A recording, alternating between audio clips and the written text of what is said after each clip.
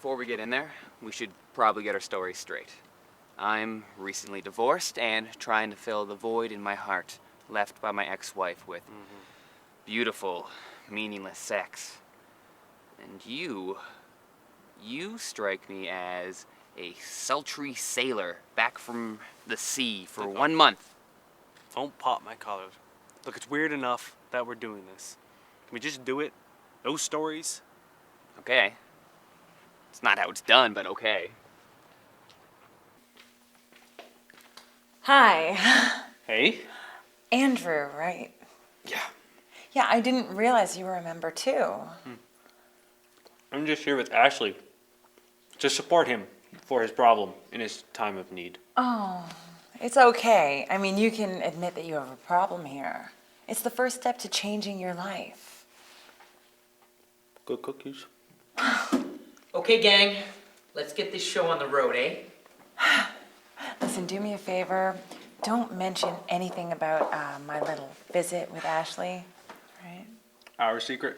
Thank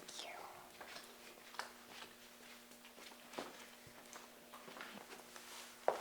Okay, so in our last meeting, we discussed step 3 of the 12. Can anyone remind us what that was? We had made the decision to turn our lives around. How is this guy having so much sex that it's a problem for him? And how have you done with that? I haven't touched a pastry in a week. Not everyone is addicted to having sex with people. Okay, now we're gonna get into step 4, but before we do that, I've noticed a newcomer. Welcome. Please introduce yourself. And remember, this is a safe place. All right, everyone, let's welcome him.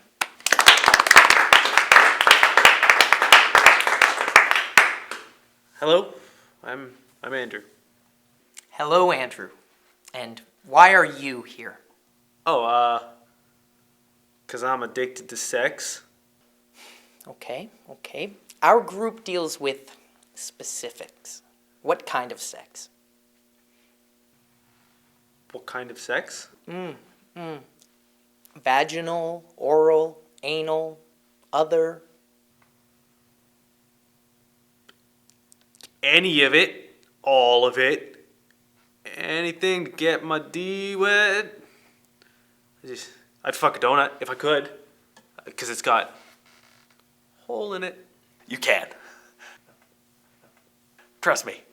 I just love sex, and I'm addicted to it. It being sex. Fucking. Okay. Well, Andrew, there's a difference between having a healthy sexual appetite and being addicted. Here, we try and help people who are replacing something that's missing in their lives with sex. Like Ashlee. Ashlee's trying to make up for a recent divorce with sex. So is there anything that you feel you may be compensating for? I'm sorry, Andrew. I've put you on the spot. Why don't you just relax and we'll get back to you, okay? Everyone, group, let's give Andrew a hand for being so brave.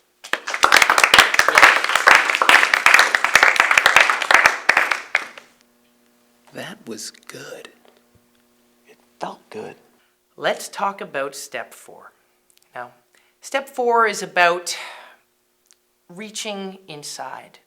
We've got to dig deep and do a fearless and searching moral inventory of ourselves. Okay? We need to find out what it is that we're searching for. All right? What we're replacing with the sex. Okay? Maria, how would you like to start? Okay. Well, I guess I know that I'm really good in bed. It's really the only thing that I think I'm good at. So the only thing that really gives me any self-esteem and the only reason I think anyone will ever love me. So. Well, you know, I'm trying to live a healthier lifestyle, and I've been trying to exercise, and I'm trying to eat healthier, but people, they just keep putting them in front of me, and it's so hard to resist them. I mean, yeah, some of them are flaky, but I don't mind. They're so moist. And even if I wasn't a chicks, I would still be doing it in the butt. She left a hole in me. And it always goes the same way. I just start out looking for friendship or comforting. But then before I know it, I'm pleasuring a woman 2, 3, 8 times in a row. And at the end, I think I'm better, but then I realize I'm still alone. And that hole has only gotten bigger. Her hole. Hey-oh. I mean, I work in account management. I have the same menial tasks every day, and I come home and I have the same dinner every night. And if I'm lucky, my wife won't be too tired to be on top during our monthly sex. I mean, should this make me happy? 'Cause it doesn't. And that's why I tell my wife I'm working late when really I'm having sex with some perfectly curved, energetic, perfectly curved, perfect college girls. 'Cause they got daddy issues. I mean, I'm only 25. Okay. Good share. Good share. Okay. All right, that's our time for today. But I think we all learned a lot about ourselves and each other. Next week, we're going to highlight step 5, which is about admitting to ourselves and another person the nature of our problem. We're also going to discuss how playing just the tip can be just the tip of the sex addiction iceberg. You don't want to bump into that.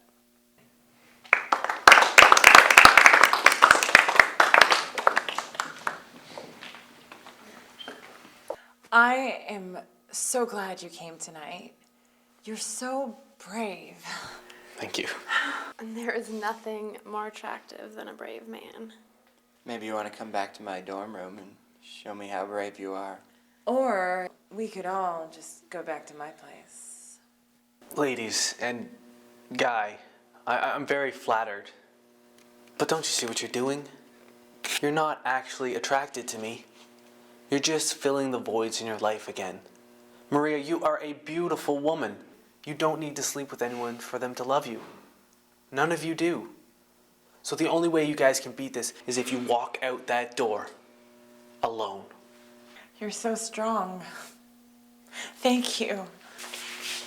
Thank you.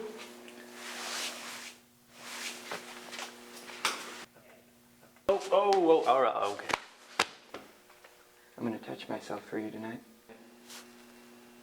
Super.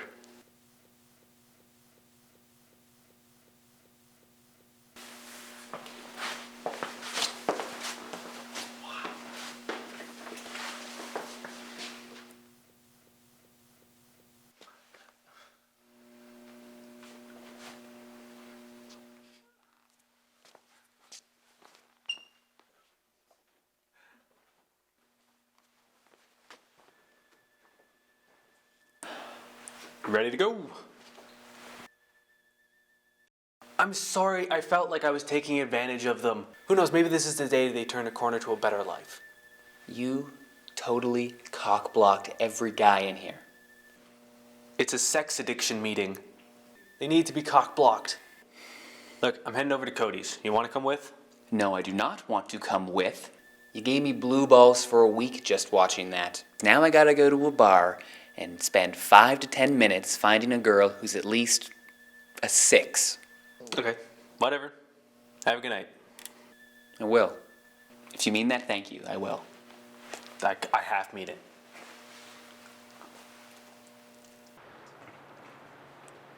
Pastries? Like Danishes? Anything doughy, I assume. I mean, he seemed pretty confident when he told me you could rape a donut.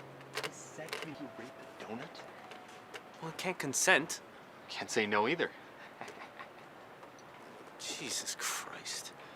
What? Is this what our lives have become? Discussing pastry sex? Hey, this is your conversation. Don't go including me in this. You called me today in a panic because you had an erection. That was a serious situation. But it shouldn't be. You should be able to talk to Tracy without freaking out. I should have a job that I don't hate. When did we become okay with being such losers? Oh, so we're losers. Awesome. Sure we are. Are you happy with your life? I'm not unhappy. So you're perfectly okay being a substitute teacher for the rest of your life? Never having a book published? Never getting anywhere with Tracy? No, I guess not. But what can I possibly do? I don't know. For those people tonight, they were exactly like us. They fell into this way of life that, made them loathe themselves. That is like us, except they're having sex. I'm talking about skipping the sex. Because what we need is less sex in our lives. Would you just listen to me for a second? These people were using sex as a way to replace things in their life.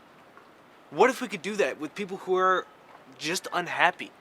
What if we could stop them from ever needing those things? What if we started a support group for your average loser? You want to make a support group for losers? Yes. You're an idiot. Why? Think about it. Every support group out there is all about, negating your problems with alcohol or sex or drugs. What if we could stop them from ever needing those things? What if we could get to the losers before they became addicts? Let's say this is a good idea. How are we supposed to fix other people's problems? We're not exactly role models. It's a support group. We support each other. No, that's not how it works. Imagine if Alcoholics Anonymous was run by people who are still alcoholics. It'd be pointless. Okay, so we just have to find a loser who loves his life. That's an oxymoron. No loser loves his life.